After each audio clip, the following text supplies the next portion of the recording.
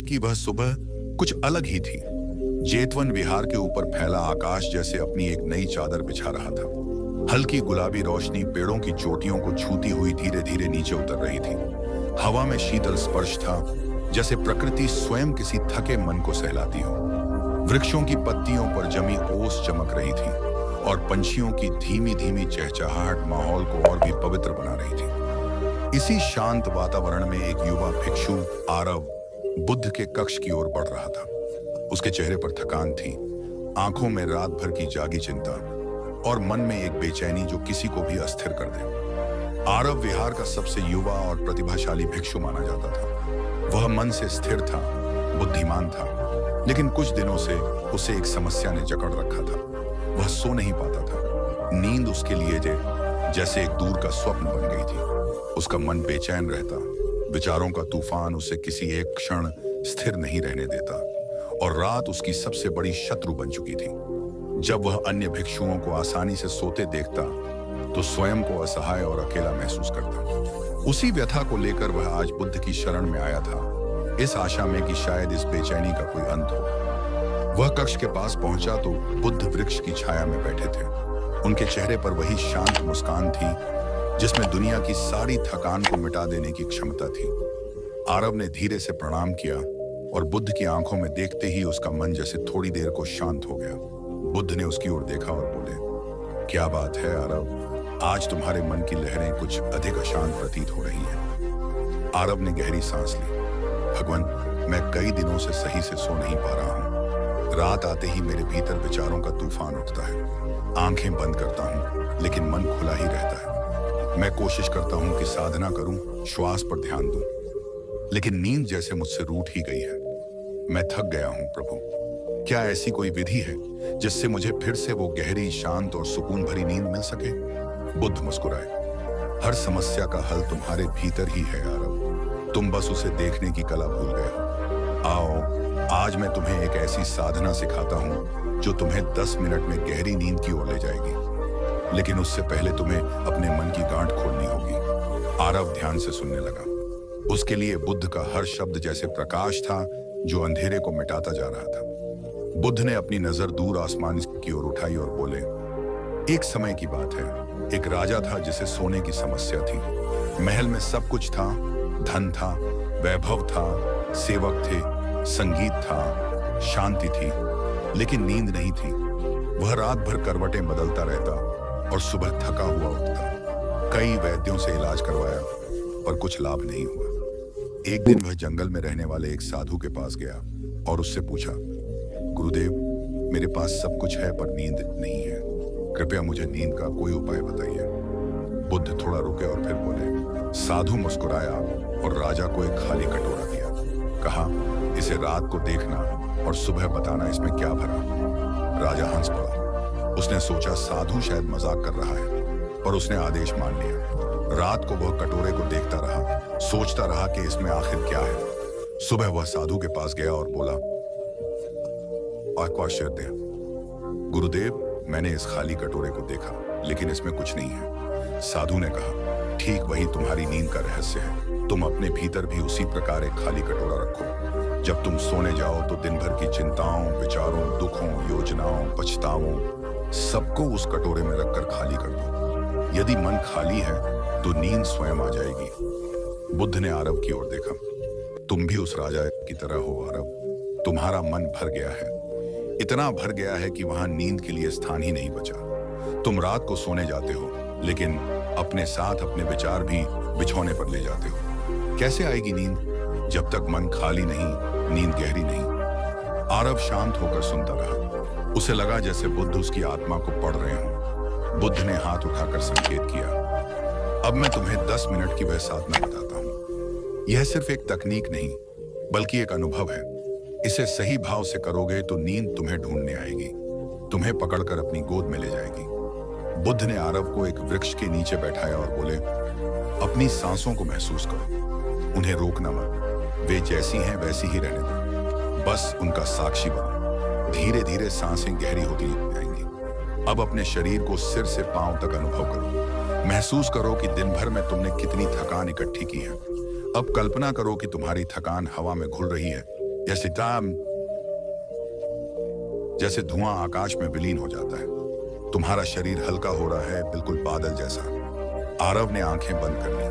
उसका मन थोड़ा शांत होने लगा। बुद्ध ने धीमे स्वर में कहा, अब अपना ध्यान हृदय पर लाओ। वहां एक छोटा सा दीपक जल रहा है। यह दीपक तुम्हारी चेतना है। यह शांत है, स्थिर है, लेकिन वह पूरे शरीर में प्रकाश फैला रहा है। हर सांस के साथ वह और उजला हो रहा है।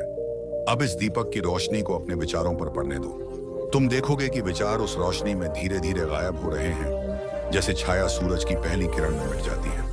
आरव का मन अब पूरी तरह शांत था। वह जैसे किसी नई अवस्था में प्रवेश कर रहा था। बुद्ध ने अब अंतिम चरण बताया।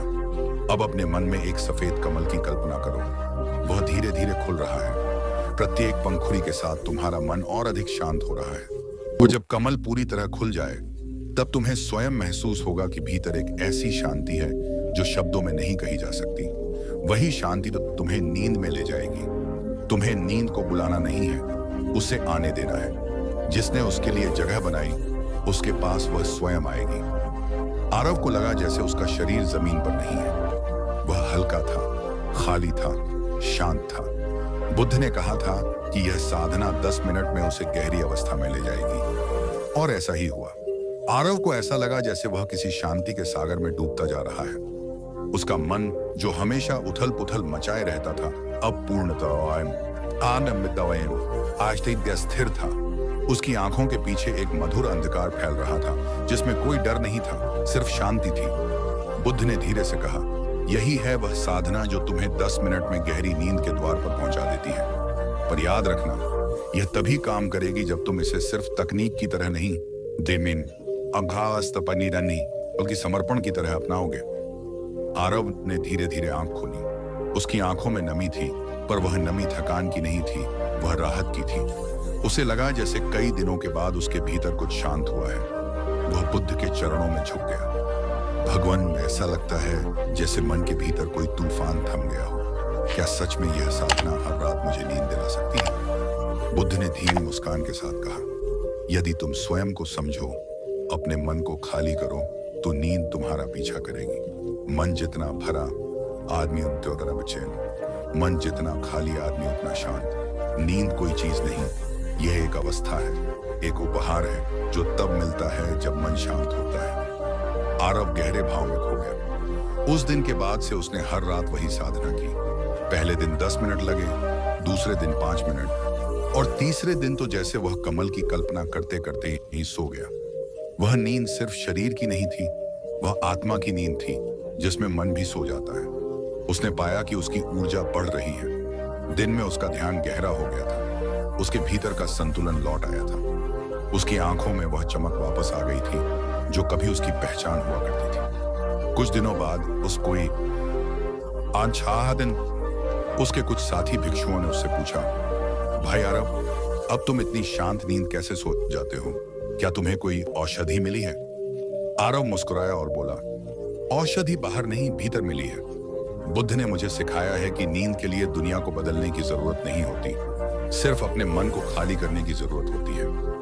एक रात जब चांद पूरे आकाश में फैला था और विहार में पूर्णिमा की रोशनी छाई हुई थी, आरव ने बुद्ध के सामने प्रणाम किया और बोला, भगवान, आपने मेरे भीतर एक नई दुनिया खोल दी है।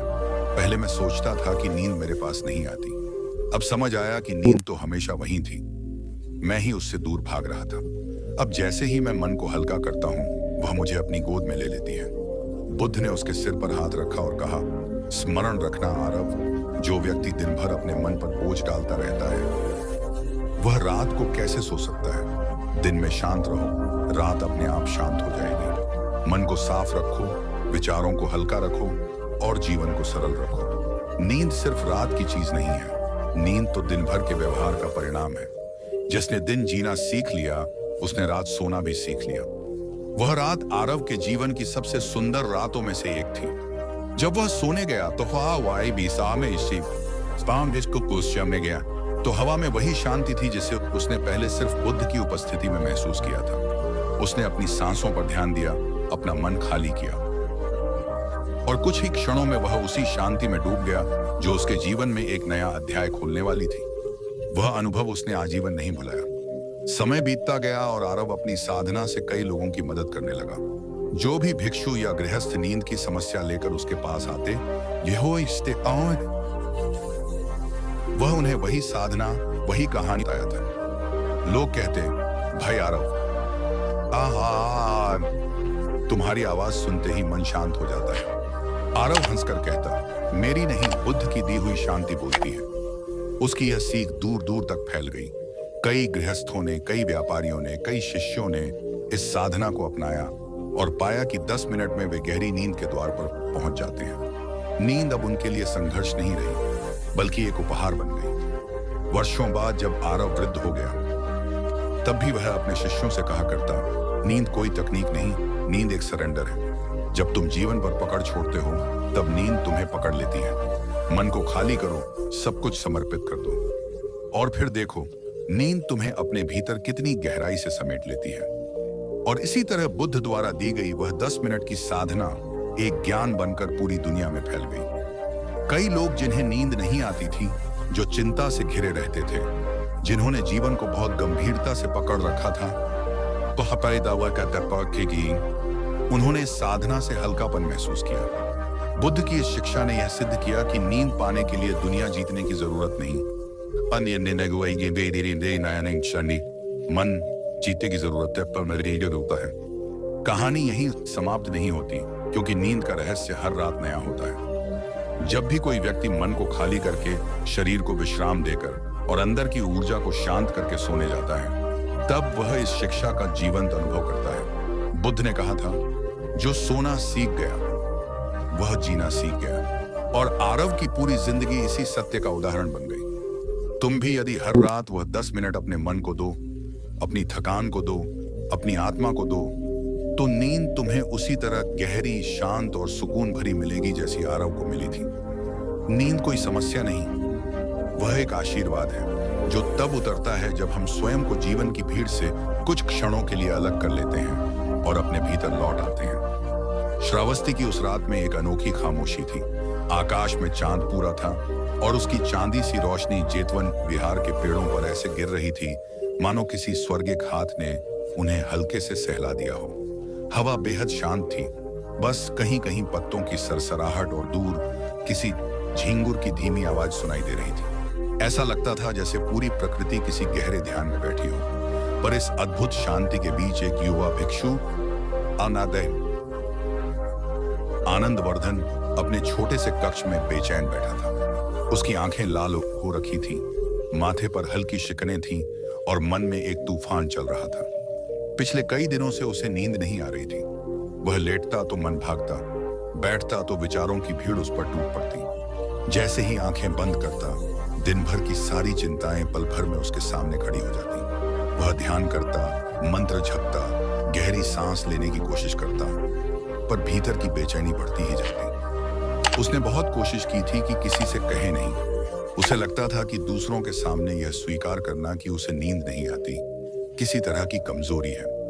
वह सोचता था कि उसका मन इतना अशांत कैसे हो सकता है, जबकि वह बुद्ध की शिक्षाओं का पालन करता है। परंतु उस रात उसकी थकान इतनी बढ़ चुकी थी कि अब वह यह बोझ अकेले नहीं ढो पा रहा था। अंततः वह उठ खड़ा हुआ और धीरे धीरे बुद्ध के कक्ष की ओर चल दिया। रास्ते में हर कदम ऐसा लग रहा था जैसे पैरों में कोई भारी पत्थर बंधा हो। हवा उसके चेहरे को छूती तो थोड़ी राहत मिलती, पर उसका मन फिर भी कांप रहा था। जब वह बुद्ध के कक्ष के पास पहुंचा तो दरवाजे पर खड़ा होकर पल भर के लिए ठिठक गया। भीतर हल्की सी रोशनी थी और लगता था जैसे बुद्ध ध्यान में हो। आनंदवर्धन ने धीमे से आवाज दी, भगवान, क्या मैं भीतर आ सकता हूँ? कक्ष के भीतर से एक शांत, मधुर और गहरे करुणा से भरी आवाज आई, आओ आनंदवर्धन, तुम्हारा मन बहुत व्याकुल लगता है, बैठो। युवा भिक्षु भीतर आया और बुद्ध के चरणों के पास बैठ गया। उसका स्वर कांप रहा था, आंखें भरी थीं और मन बिल्कुल टूट चुका था। भगवान, मुझे कई दिनों से नींद नहीं आती। रात दर रात मैं जागता रहता हूँ, मन शांत नहीं होता। मैं ध्यान करता हूँ पर विचार और तेज हो जाते हैं। कृपया मेरी सहायता करें, मैं थक गया हूँ। मैं जानना चाहता हूँ कि अच्छी और गहरी नींद मुझे क्यों नहीं मिलती। बुद्ध ने उसे बड़े प्रेम से देखा। उनकी आंखों की करुणा किसी गहरी नदी की तरह शीतल और मौन थी। आनंदवर्धन, बुद्ध मुस्कुराए। नींद एक ऐसा अतिथि है जो वहां आता है जहां मन में स्थान हो। तुम्हारे मन का कक्ष अभी भरा हुआ है, इसलिए वह भीतर नहीं आ पाता। तुम उसे बुलाते हो पर वह तुम्हारे भीतर की भीड़ देखकर लौट जाता है। युवा भिक्षु की आंखों से आंसू टपक पड़े। पर भगवान, मैं मन को खाली कैसे करूं? बुद्ध उठे और उन्हें अपने साथ बाहर ले आए। जेतवन की रात अब पहले से भी ज्यादा गहरी हो गई थी। चारों ओर धूप का हल्का सा अवशेष, पेड़ों की छाया और चांदनी का शांत सौंदर्य फैला हुआ था। बुद्ध ने एक बड़े पेड़ के नीचे बैठते हुए कहा, देखो आनंदवर्धन, रात की यह शांति तुम्हें क्या सिखाती है? आनंदवर्धन ने आकाश और हवा की आवाज को महसूस करते हुए कहा, यह सिखाती है कि प्रकृति तब सोती है जब वह समर्पण करती है। बुद्ध ने सिर हिलाया। सही कहा, वही समर्पण तुम्हें सीखना है। तुम सोने की कोशिश करते हो, लेकिन कोशिश ही तुम्हें जगाए रखती है। जो व्यक्ति नींद को पकड़ने के लिए दौड़ता है, हर रात पराजित होता है। नींद प्रयास नहीं, समर्पण से आती है। लेकिन समर्पण कैसे आता है? यह प्रश्न ही तुम्हारी समस्या का उत्तर है। कैसे भगवान? बुद्ध ने चांद की ओर देखते हुए कहना शुरू किया। एक बार एक राजा ने मुझसे यही प्रश्न पूछा था। वह भी रातों को सो नहीं पाता था। उसके मन में राज्य की चिंताएं, युद्ध की यादें, धन का मोह और भविष्य का भय भरा था। वह कहता था कि उसकी आंखें बंद होती हैं, फौर मन नहीं रुकता। तब मैंने उससे एक छोटी कहानी कही थी। वह आज मैं तुम्हें भी सुनाता हूँ। कई वर्ष पूर्व एक किसान था जिसका नाम सोमिल था। वह बेहद मेहनती था, लेकिन अत्यधिक चिंतित रहता था। उसके मन में एक ही भय था कि उसका खेत नष्ट न हो जाए। हर रात वह खेत के बारे में सोचता रहता। बीज, मिट्टी, वर्षा, चोर, पशु, सब कुछ उसके मन को घेरे रहते। वह सारी रात जागता और सुबह थका हुआ काम पर जाता। एक दिन वह थकान से गिर पड़ा और समझ नहीं पाया कि उसकी चिंता उसका काम बिगाड़ रही है। एक दिन वह मेरे पास आया और बोला, भगवान, मुझे नींद नहीं आती, मैं क्या करूं? मैंने उससे पूछा, सोने से पहले तुम क्या करते हो? उसने कहा, मैं सोने से पहले अपने खेत के बारे में सोचता हूं। मैंने मुस्कुराते हुए कहा, यही तुम्हारी समस्या है। तुम अपने दिन को रात में ले जाते हो। जिस तरह कोई व्यक्ति गंदे पैरों से बिछौने पर नहीं चढ़ता, उसी तरह गंदे विचारों से मन के बिछौने पर नहीं लेटना चाहिए। और फिर मैंने उसे एक उपाय बताया, जिसके कारण कुछ ही दिनों में वह गहरी नींद में सोने लगा। आनंदवर्धन ने ध्यान से पूछा, भगवान, आपने उसे क्या बताया था? बुद्ध ने उत्तर दिया, मैंने उसे सायंकाल एक छोटा सा अभ्यास दिया था, जिसे वह 10 मिनट करता था। वह अभ्यास मन को दिन से रात की ओर ले जाने का एक पुल था, नींद का द्वार खोलने वाला एक चाबी जैसा था। पहला, वह दिन भर के हर दृश्य को मन से बाहर कर देता। वह मानता कि उसका मन एक कक्ष है और वह हर चिंता को धीरे धीरे बाहर भेज रहा है। दूसरा, वह 3 गहरी सांसें लेता और हर सांस के साथ स्वयं को कहता, अब दिन समाप्त हो गया। तीसरा, वह अपने शरीर के हर अंग को शिथिल करता और केवल इस वर्तमान क्षण में टिक जाता। और चौथा, वह सोने की कोशिश नहीं करता, बस सांस के स्पर्श को महसूस करता। आनंदवर्धन ने महसूस किया कि यह सुनते सुनते उसके मन का बोझ हल्का होने लगा है। बुद्ध फिर बोले, लेकिन जागरण का कारण केवल दिन की थकान नहीं होता।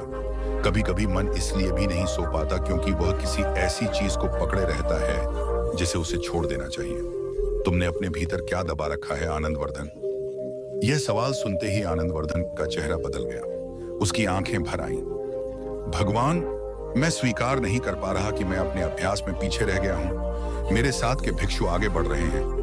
मैं ध्यान में, अध्ययन में, सेवा में, सभी में खुद को पीछे महसूस करता हूं। मुझे लगता है कि मैं योग्य नहीं हूं। मैं डरता हूं कि कहीं मैं आप सबको निराश न कर दूं। शायद यही भय मुझे रात भर जगाए रखता है। बुद्ध ने उसकी ओर दया और प्रेम से भरी दृष्टि डाली। आनंदवर्धन, स्वयं को दूसरों से तुलना करने वाला मन कभी नहीं सो पाता। तुलना एक ऐसा जहर है जो दिन में दुख देता है और रात में जागरण। तुम अपनी प्रगति को दूसरों की प्रगति की आंखों से क्यों देखना चाहते हो? हर आत्मा की यात्रा अलग होती है। जिस पेड़ को आम लगने में समय लगता है, उगती तिरी सुर सकता है, उसे देखकर नीम अपना फल जल्दी नहीं रख देता। तुम भी अपनी यात्रा के अपने समय पर चल रहे हो। आनंदवर्धन का शरीर हल्का महसूस होने लगा। उसे लगा जैसे वर्षों से बंधा हुआ कोई भार बुद्ध के शब्दों के साथ खुल रहा हो। बुद्ध ने आगे कहा, आज रात मैं तुम्हें वही अनुभव कराऊंगा जो किसान सोमिल ने किया था। आओ, अपनी आंखें बंद करो, बस बैठो और अपने भीतर की हलचल को सुनो। उसे रोकने मत जाओ, बस देखो। आनंदवर्धन ने आंखें बंद की। उसका मन पहले तो और अधिक शोर करने लगा, पर बुद्ध की शांत आवाज उसके भीतर एक गहरे जल की तरह उतर रही थी। अपनी सांस को महसूस करो, इसे नियंत्रित मत करो, बस उसके आने और जाने का साक्षी बनो। अपने शरीर को महसूस करो, अपने भय, अपनी तुलना, अपनी थकान को आते जाते देखते रहो। कुछ ही मिनटों में आनंदवर्धन के भीतर का शोर धीरे धीरे धीमा होने लगा। उसे लगा जैसे उसके मन का कोई दरवाजा पहली बार खुल रहा है। बुद्ध ने कहा, अब अपनी सारी चिंताओं को एक एक करके अपने मन से बाहर निकलते हुए देखो, जैसे कोई अतिथि घर से जा रहा हो। उन्हें मत रोको, उन्हें मत पकड़ो, उन्हें बस जाते हुए देखो। आनंदवर्धन ने ऐसा ही किया। उसने अपनी चिंताओं को, अपनी नींद न आने की भय को, अपनी तुलना को, अपने थकान को एक एक कर मन के कक्ष से बाहर जाते हुए महसूस किया। और आश्चर्य की बात यह थी कि उसके अंदर अचानक एक अद्भुत शांति फैलने लगी। ऐसा लगा जैसे उसके भीतर कोई हल्की मुलायम रोशनी जल गई हो।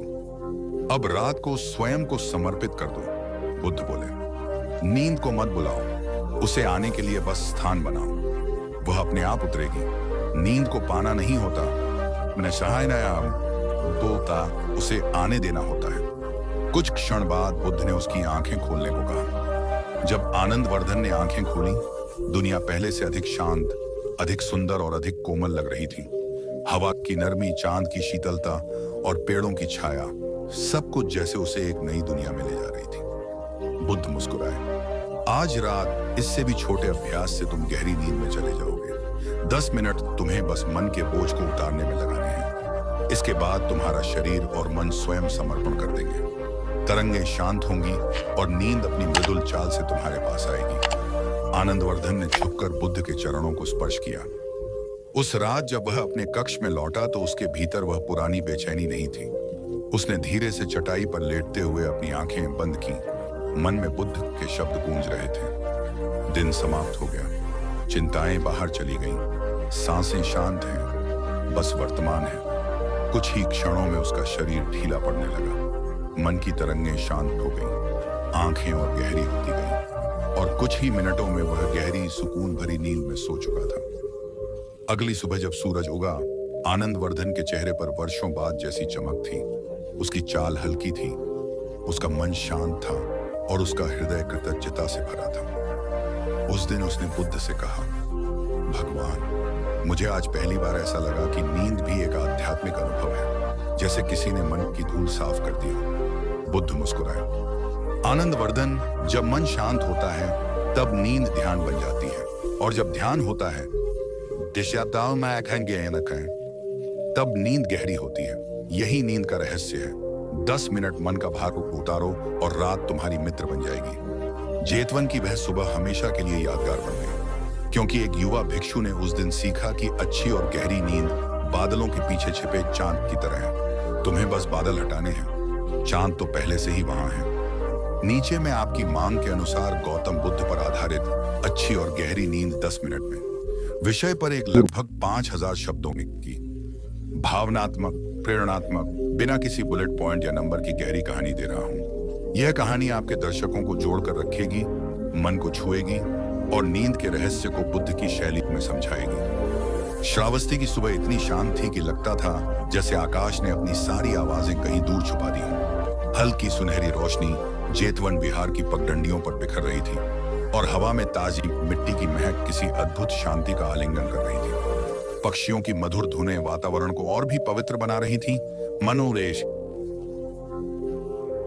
मानो वे ध्यान की अगली कड़ी हो। उस शांत सुबह में विशाल वृक्षों के बीच बैठे थे भगवान गौतम बुद्ध, और उनके चरणों में बैठा था एक युवा भिक्षु, आनंद का शिष्य सुदत्त। सुदत्त का चेहरा घबराहट से भरा हुआ था। उसकी आंखें थकी हुई थीं।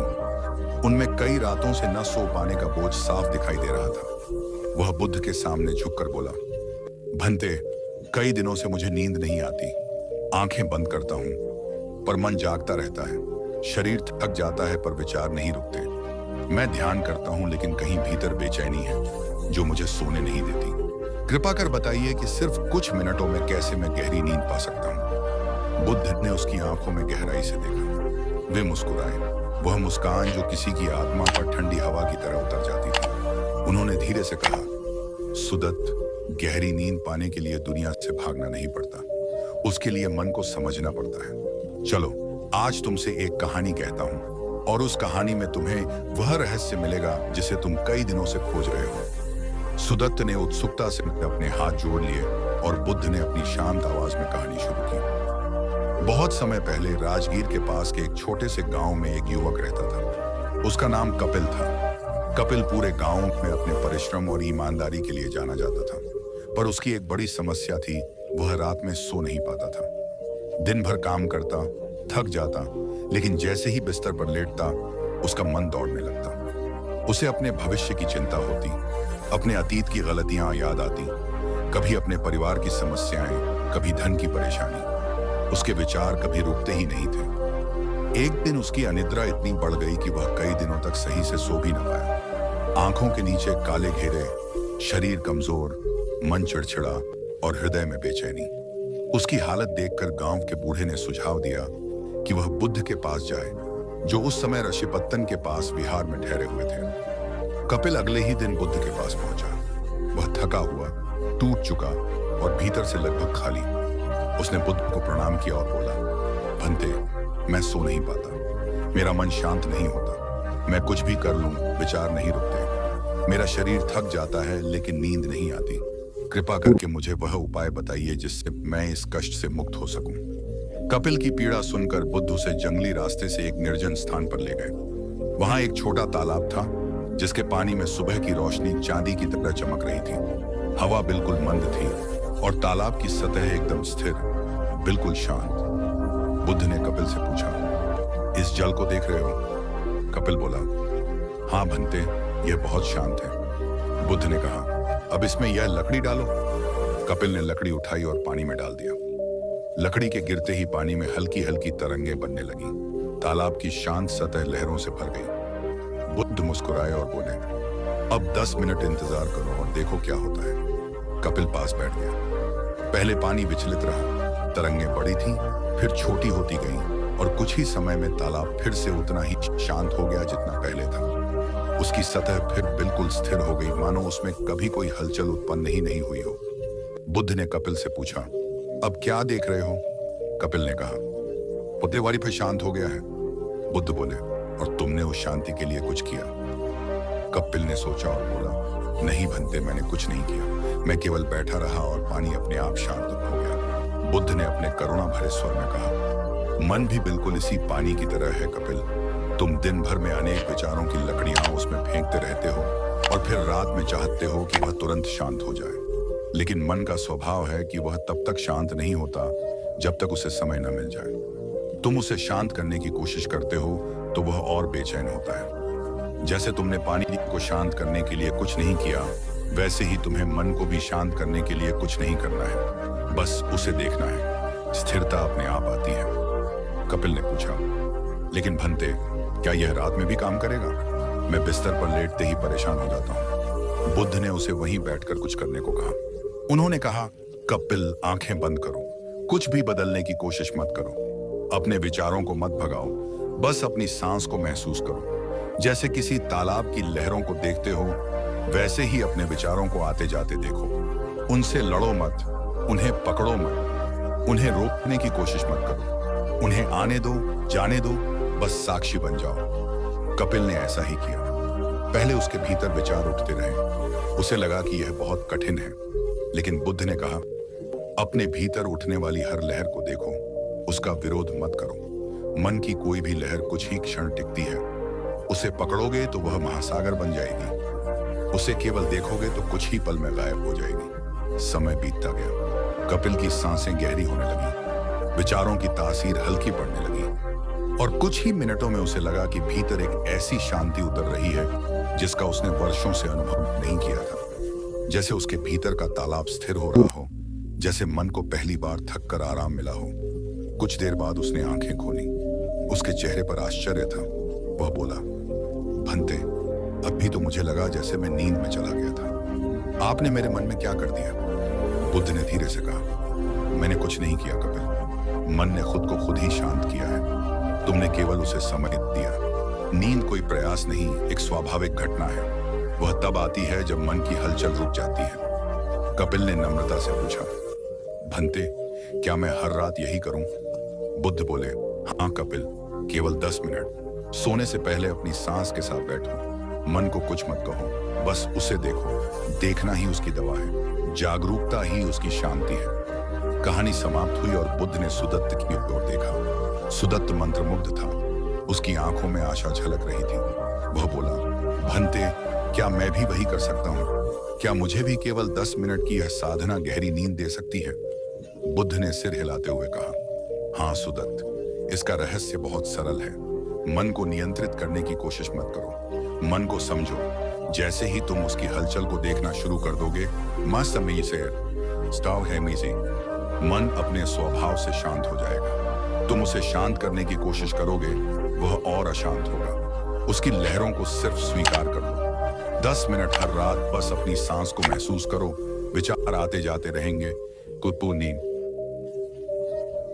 तुम केवल साक्षी बने रहो और देखना, तुम्हारी नींद अपने आप उतर आएगी, गहरी, मीठी, शांत और सुखद। सुदत्त के चेहरे पर एक अलग ही चमक थी। उसने बुद्ध के चरण स्पर्श किए। उस रात उसने बुद्ध की बताई विधि का अभ्यास किया। पहले उसे लगा कि उसके विचार तेजी से दौड़ रहे हैं। फिर जैसे ही उसने उन्हें रोकना छोड़ दिया और सिर्फ देखना शुरू किया, उसका मन तालाब की तरह शांत होने लगा। उसकी सांसें धीमी और गहरी होने लगी। शरीर ढीला पड़ने लगा और कुछ ही पलों में उसे लगा कि वह किसी गहरी, नरम, शांत अंधकार में डूब रहा है। वह नींद जो कई दिनों से उसे छोड़कर चली गई थी, उसी रात उसके पास लौट आई। 10 मिनट के अभ्यास ने उसका जीवन बदल दिया। अगली सुबह जब वह बुद्ध के पास पहुंचा, उसकी आंखों में पहली बार नींद की ताजगी थी। वह बोला, भंते, मैं सो गया था। मैंने बिना किसी संघर्ष के सो गया। यही मेरे जीवन की सबसे सरल और सबसे शांत रात थी।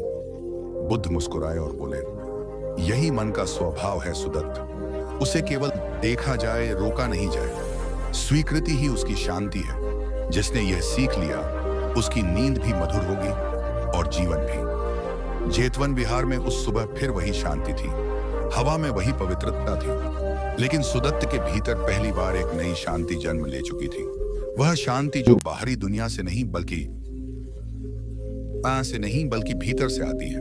वह शांति जो हर रात मन को मधुर नींद में बहा ले जाती है। उस दिन से सुदत्त जब भी रात आती, केवल 10 मिनट अपनी सांस को महसूस करता, विचारों को आने जाने देता और देखते देखते वह गहरी नींद में खो जाता। उसकी आंखों के नीचे की थकान मिटने लगी, मन शांत होने लगा और जीवन खिलने लगा। बुद्ध की वह शिक्षा उसके पूरे जीवन का आधार बन गई। और इस तरह बुद्ध ने सिखाया कि अच्छी और गहरी नींद कोई दुर्लभ चीज नहीं,